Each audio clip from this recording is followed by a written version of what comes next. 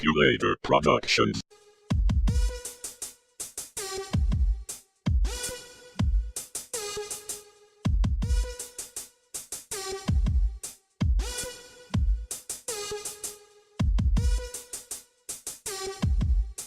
Nearly a century old, the Reno Arch has stood on Virginia Street, in Reno, welcoming passers-by as they visit this one-in-a-kind landmark, a symbol of creative intuition and a relic of our nation's restlessness to keep moving west.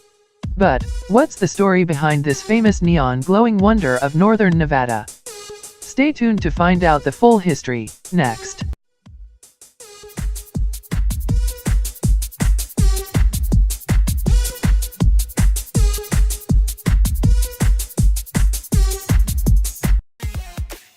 Built in 1926, the original sign was never erected to draw people to the casinos, as gambling wasn't even legalized in Nevada until 1931.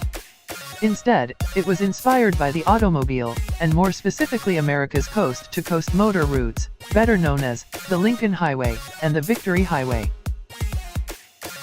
Situated on the cross streets of Commercial Row and Virginia Street, the Reno Arch was dedicated by the Nevadan and Californian politicians on October 23 of that year, in order to promote the Transcontinental Highways Exposition, which was to be held on June 25 through August 1 of 1927, and would be attended by governors of both Nevada and California, as well as the Shriners of San Francisco, marching bands, and everybody who's anybody. After all was said and done, Reno's elite got together and decided amongst themselves that tearing down this work of art would be a waste of perfectly good steel, so the city officials responded by holding a contest in order to come up with a catchy slogan to replace the exposition name and date, a contest which would reward the winner $100. The winner subsequently ended up being G.A. Burns, out of Sacramento, with his slogan, "The biggest little city in the world." People in Reno had actually grown tired of the slogan and had it removed off of the sign, only to be put back by city officials and concerned citizens. Unbeknownst to many, torches were originally used to light up the sign. However, around 1935, thanks to 20th century technology, the amazingly wonderful modification of neon lighting replaced the torches to make the arch sparkle brighter than ever before. The original arch stood for 28 years before being replaced in 1963. Out of sentimental value, the city had decided to preserve the original structure for future generations to enjoy. It was first relocated to Idlewild Park, and then to Paradise Park. However, the city had placed it into storage due to the fragile state of decay it had endured, until 1994, when movie makers used it on East 4th Street, as a prop in the movie Cobb, starring Tommy Lee Jones. In 1995 it had finally found, we hope anyway, its final resting place located on downtown Lake Street, standing ever so proudly, between the National Automobile Museum and the Renaissance Hotel.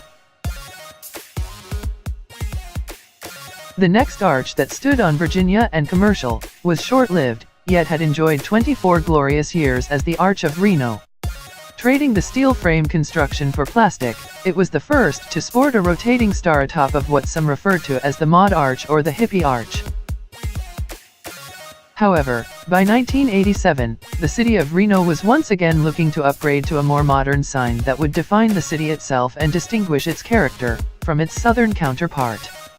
The old sign would find a new home in the sleepy little town of Willits, California, as a donation as it sits along US 101, welcoming visitors to Mendocino County.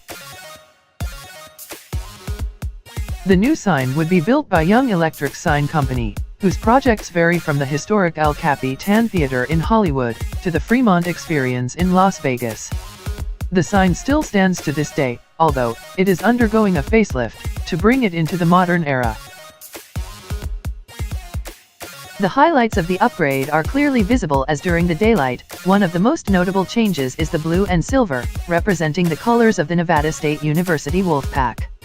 However, at night the silvery color changes to gold, as Nevada also has a rich heritage in the prospecting of silver and gold. While this city may not be the only mecca of the Western world to boast its own arch, it is definitely unique.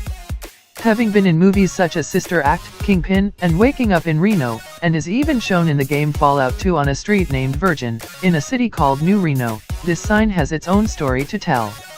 And while the structure is not the original, it has claimed the spot on Virginia and Commercial, as the hub of the center of downtown for many years, and likely for many years to come. Thanks for watching, and don't forget to visit Reno.